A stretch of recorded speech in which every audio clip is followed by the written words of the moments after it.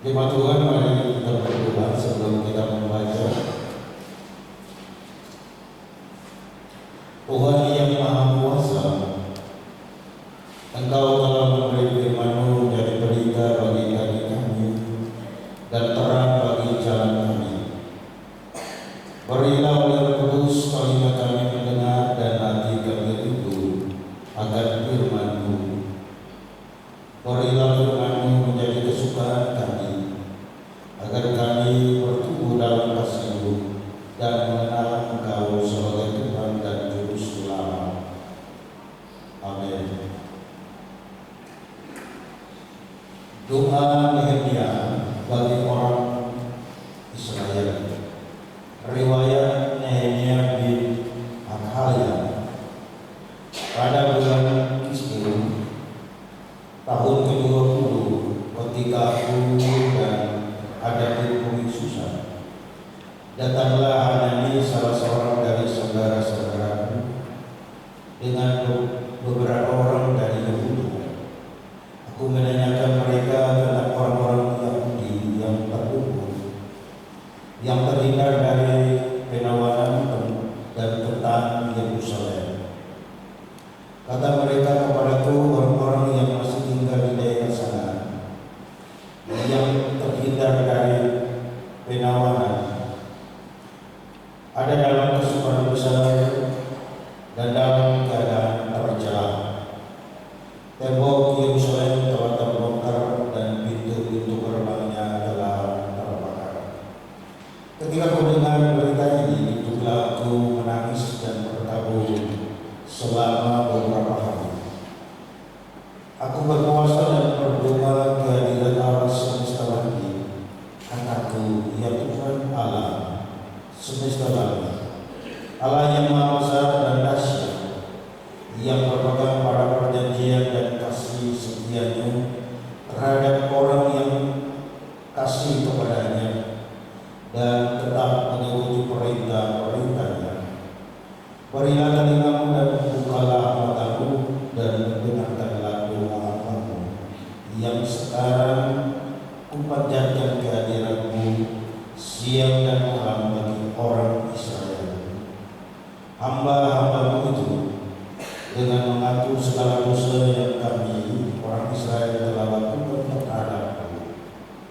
Juga aku dan kaum keluargaku telah berbuat dosa. Kami telah sangat bersalah terhadapmu dan tidak mengikuti perintah-perintah, ketetapan-ketetapan dan peraturan-peraturan yang telah Kau perintahkan kepadamu. Jawab itu, ingatlah akan firman yang Kau pesan kepada Musa hambamu itu, yakni bila kamu berubah setia, kamu akan kucerai-beraikan di antara bangsa-bangsa.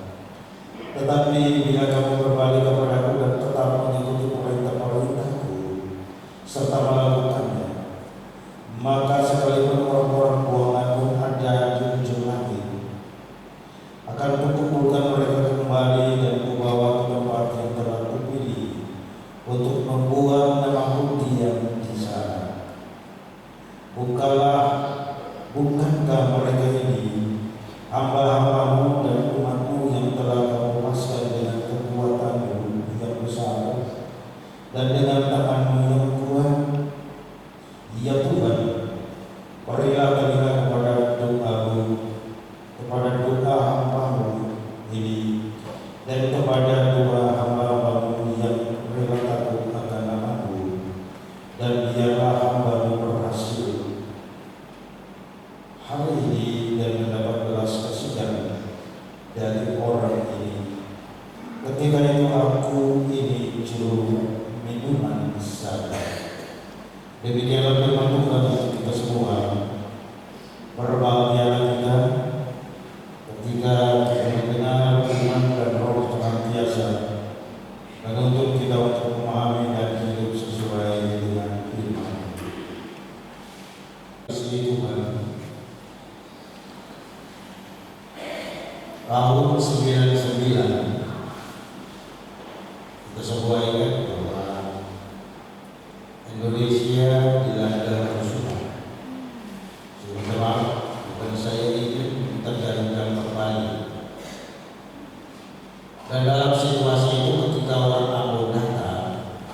berbicara dalam konteks Ambon secara khusus. Selalu kita bertanya Ambon bagaimana? Jawaban mereka tinggal air Tuhan. Itu adalah jawaban. Ada lagu yang kita dengar, tapakar bersama situasi itu. Ketika kita mendengar jawaban itu, semua kami merasa sedih. Kadang-kadang dari hati dunia yang mulai dalam kita bilang, Tuhan tolong jaga atau minta masalah. Situasi yang terjadi dan dirasakan oleh orang Ambon dan juga daerah-daerah lain yang pernah rusuh sebelumnya sudah dirasakan oleh Nehemia. Ketika dia menjadi juru minuman kepada raja atas itu, kebetulan dia dikunjungi oleh saudara-saudara. Lalu dia bertanya, bagaimana itu orang Yahudi yang tidak dibawa menjadi tawanan? Jawaban mereka itu mati. Mereka itu sangat menderita. Apalagi ditambah dengan pintu gerbang semua telah terbakar. Ungkapan ini membuat Nehemia sedih, membuat Nehemia menangis, merenangi tempat kuburan leluhur. Dari hati yang paling dalam ada sebuah kerinduan, tapi dia sangat biasa. Dia punya pertimbangan bahwa dia tidak boleh sampaikan langsung kepada Arta Sastra, tetapi nanti dia tunjukkan dengan bahasa tubuh. Lalu Arta Sastra tanya dia, mengapa kau susah, kau tidak sakit baru? Lalu dia menjelaskan kepada Arta Sastra. Lalu dia izinkan untuk Nehemia pulang. Ketika Nehemia mendengar dan menjadi kenyataan, ketika dia diperhadapkan dengan reruntuhan tembok Yerusalem itu, sekali lagi dia menangis. Dia menangis di hadapan Tuhan. Dia menggoyahkan jubahnya sebagai tanda sebuah penyesalan atas situasi yang terjadi.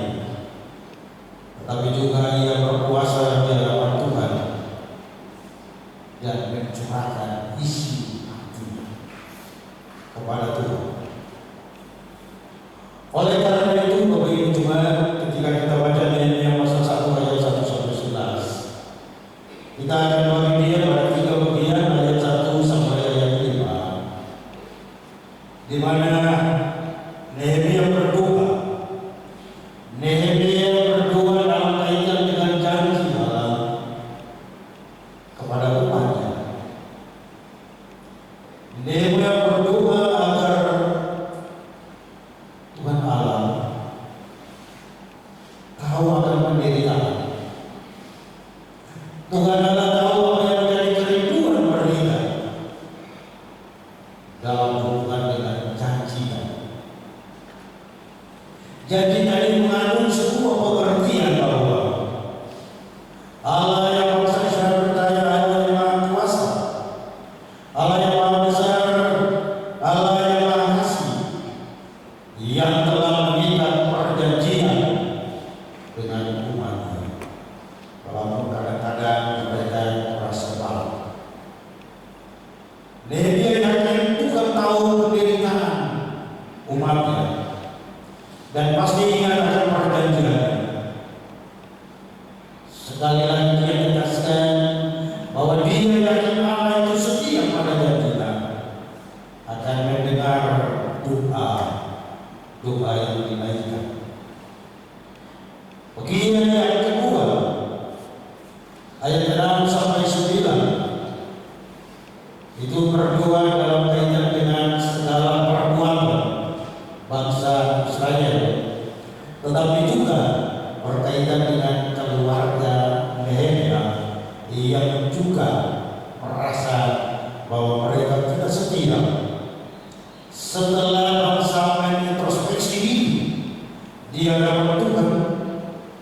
Mereka sadar bahwa reruntuhan tembok kota Yerusalem itu terjadi karena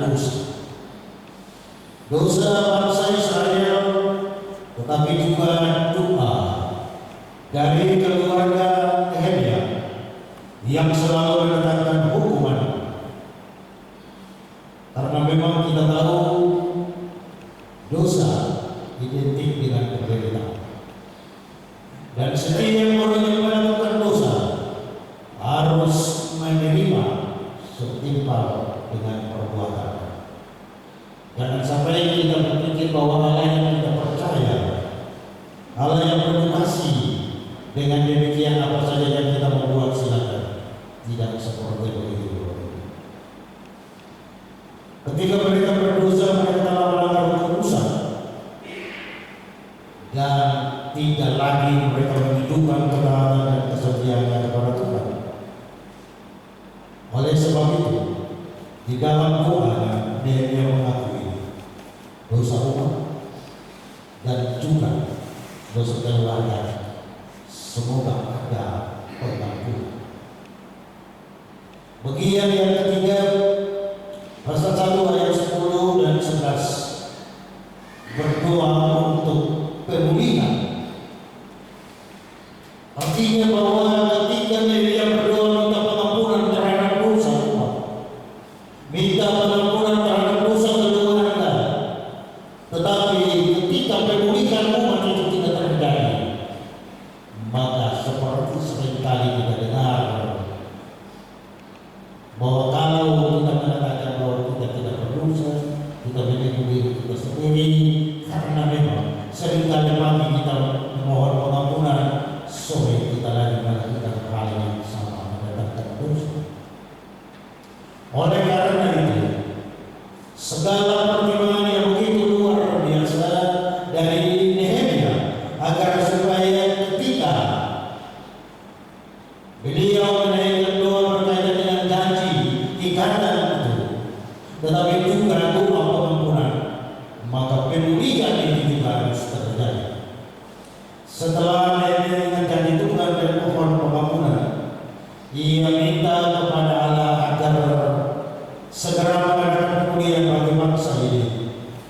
Bukan hanya pemulihan tembok, tetapi juga bagaimana pemulihan tentang perilaku, pemulihan tentang moral, pemulihan tentang sikap kita. Itu yang paling penting, agar supaya ketika pemulihan itu terjadi, kualitas hidup dari umat yang telah Allah pilih dan Allah percayakan untuk menjadikan tangan Allah di tengah-tengah dunia pada zaman itu, semuanya terlaksana dengan baik. Apalah artinya bagi Nehemia ketika mereka menyandang status sebagai umat pilihan, mereka menjadikan di tangan Allah, tetapi dalam waktu bersamaan mereka juga melakukan salah dan dosa. Artinya dalam kehidupan bangsa Israel tidak ada sesuatu yang dapat dibanggakan.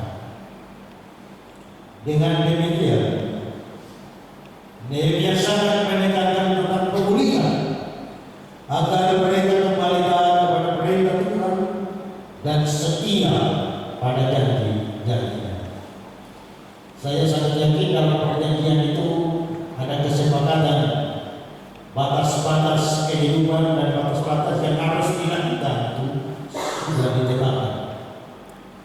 Dan ketika bangsa Israel melanggar ketetapan, itu berarti mereka tidak taat dan setia, sehingga mereka tidak perlu dibanggakan sebagai umat pilihan. Kalau tidak ada pemulihan, saudara-saudara yang dikasihi Tuhan, Nehemia bersama dengan umat berada dalam sebuah pergumulan hidup yang paling berat. Di tengah-tengah pergumulan hidup ini, Nehemia melakukan 3 tahapan yang paling penting. Begitu juga kami sebagai orang percaya, kami harus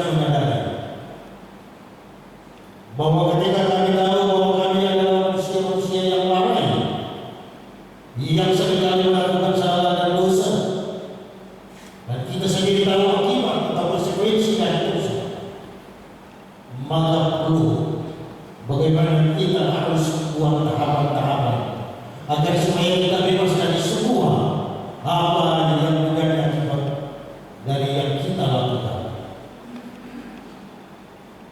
Janji Allah tetap janji Allah, tetapi janji Allah bukan berarti harus kita tutupi.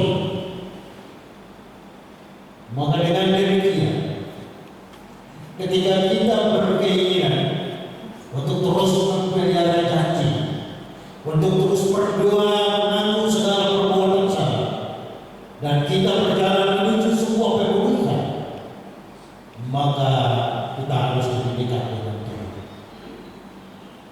Proses pendekatan orang percaya dengan Tuhan yaitu bagaimana kita mempersiapkan diri kita, kehidupan keluarga kita, supaya kita bangun persahabatan dengan Tuhan melalui doa keluarga. Apapun persoalan yang kami hadapi, semua yang dapat kami selesaikan ketika kami berdoa. Dan bagi kita semua tidak mungkin kami hanya memegang janji Allah. Dan dalam perjalanan itu kami betul-betul tidak lain. Tetapi pada waktu bersamaan kita beranggapan bahwa dengan Tuhan pasti dosa kita dihapus. Ini sebuah anggapan yang betul-betul membawa kita kepada sebuah impian hidup yang pada akhirnya harus menderita. Oleh karena itu ketika kita menyadari bahwa doa itu penting, maka doa itu ketika kita tahu dalam kehidupan dan dalam pengertian kita sebagai orang percaya, doa itu adalah nafas hidup. Kalau doa itu adalah nafas hidup, itu berarti kita setiap saat harus menyediakan waktu khusus berbicara dengan Tuhan. Kita harus terus berbicara dengan Tuhan karena kita menyadari bahwa hidup kita belum setia. Hidup kita masih lalai dan masih didapatinya Bapak Ibu dan saya terus melakukan hal-hal yang salah di hadapan Tuhan. Ketika kita berdoa, kadang-kadang kita sebagai orang Kristen, yang saya mau bilang begini, ketika kita berbicara tentang doa dan puasa, sepertinya orang Protestan itu alir. Sepertinya ketika Nehemia mendengar berita duka itu karena tembok Yerusalem dan daerah-daerah di mana tempat kubur orang-orang yang menjadi pemuka agama mereka, dia menangis. Dia mempersiapkan waktu untuk berdoa dan berpuasa. Itu tahapan yang dia lakukan. Dan doa harus disertai dengan rasa rendah diri yang sungguh. Suatu ketika saya jalan masuk di pemeriksaan. Waktu itu ada ramai-ramainya ada satu ibu yang masuk Kristen waktu itu, yang artis, dia menyanyi lagu-lagu rohani dalam Ramadan. Lalu banyak pemuda-pemuda Kristen ikut. Waktu saya lewat dia sementara berdoa, tapi dia berdoa di begini dia tangan satu di pinggang dan satu isi pusat dia berdiri. Cuma saya bilang waktu kamu itu kurang ajar. Menurut saya kalau bicara dengan orang tua saya atau anak saya bicara dengan saya dengan sikap seperti begitu, saya sangat marah. Apalagi kita bicara dengan Tuhan. Ketika kita berperilaku seperti begini, itu berarti kita telah merendahkan Tuhan dan telah memposisikan Tuhan di bawah derajat manusia. Tetapi pada intinya, mari Bapak Ibu Tuhan, kita terus berusaha dan kita selalu harus mengambil peran menjadi pendoa dalam kehidupan keluarga. Bukan saja kita berdoa kepada keluarga kita yang terkait. Tapi tugas kita berdoa untuk semua orang sesuai dengan tema hari ini, di mana tema hari ini menuntut kita berdoa bagi sesama.